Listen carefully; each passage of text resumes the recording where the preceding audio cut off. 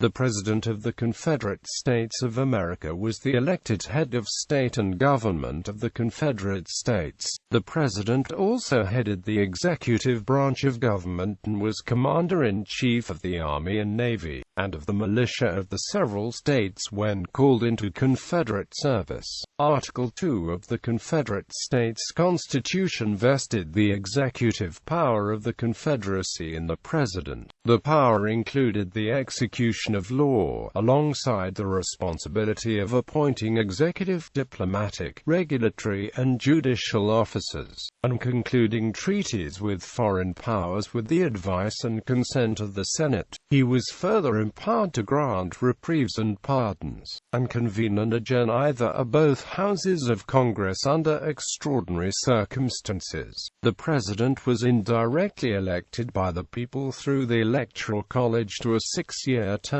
and was one of only 2 nationally elected Confederate offices, the other being the Vice President of the Confederate States. On February 18, 1861, Jefferson Davis became President of the Provisional Government. On February 22, 1862, he was elected President of the Permanent Government and served in that capacity until being captured by elements of the United States Cavalry in 1865. Powers and duties. The constitutional powers of the President of the Confederate States of America were quite similar to those of the President of the United States of America. The permanent Confederate States Constitution made him Commander-in-Chief of the Army and Navy, and of the militia of the several states when called into service of the Confederate States. He was also empowered to grant reprieves and pardons for offenses against the Confederate States.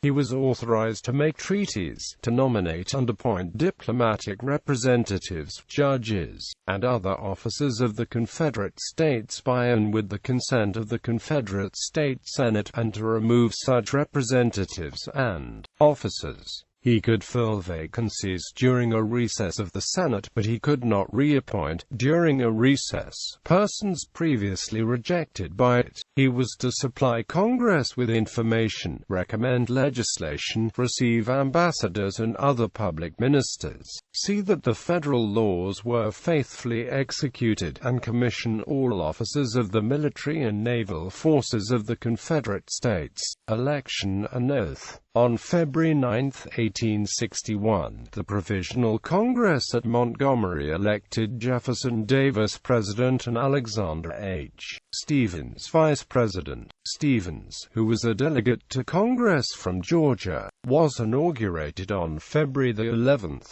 Davis was inaugurated on February 18 upon his arrival from Mississippi, where he had gone upon his resignation from the U.S. Senate. Davis and Stephens were elected on November 6, 1861, for 6 years terms, as provided by the permanent Constitution. The capital had been moved in June 1861 to Richmond, and the inauguration took place at the statue of Washington on the public square, on February 22, 1862. Before Davis entered on the execution of his office as President of the Confederate States, he was constitutionally required to take the following oath or affirmation: I do solemnly swear that I will faithfully execute the office of President of the Confederate States, and will, to the best of my ability, preserve, protect, and defend the Constitution thereof.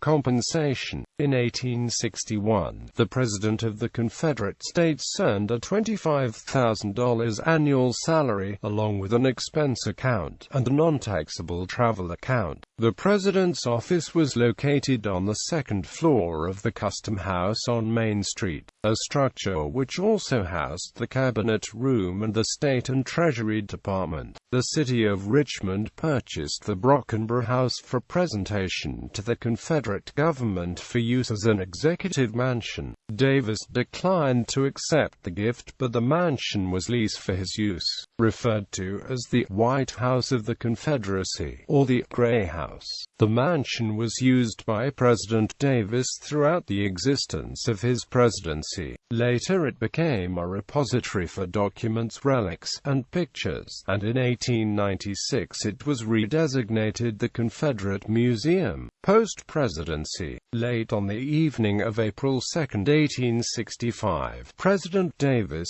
his aides, and members of the cabinet, except Secretary of War Breckinridge, departed from Richmond on the Richmond and Danville Railroad. The cabinet stayed at Danville, 140 miles southwest of Richmond, until April 10, when, hearing of Lee's surrender, it continued farther south, at Greensboro, North Carolina. On April 12 the cabinet met with Generals Johnston and Beauregard and discussed surrender of Johnston's army to General Sherman. As the railroad south of Greensboro had been destroyed, the flight from that location was on horseback and in ambulances, wagons, and carriages. The last cabinet meetings took place at Charlotte on April 24 and 26, and on May 4, when Davis left Washington, Georgia. The party consisted only of his aides and Postmaster General Reagan. Elements of the United States cavalry captured Davis and his companions at an encampment near Owenville, May 10, 1865. Jefferson Davis was imprisoned at Fort Monroe, Virginia, until his release on bail on May 13,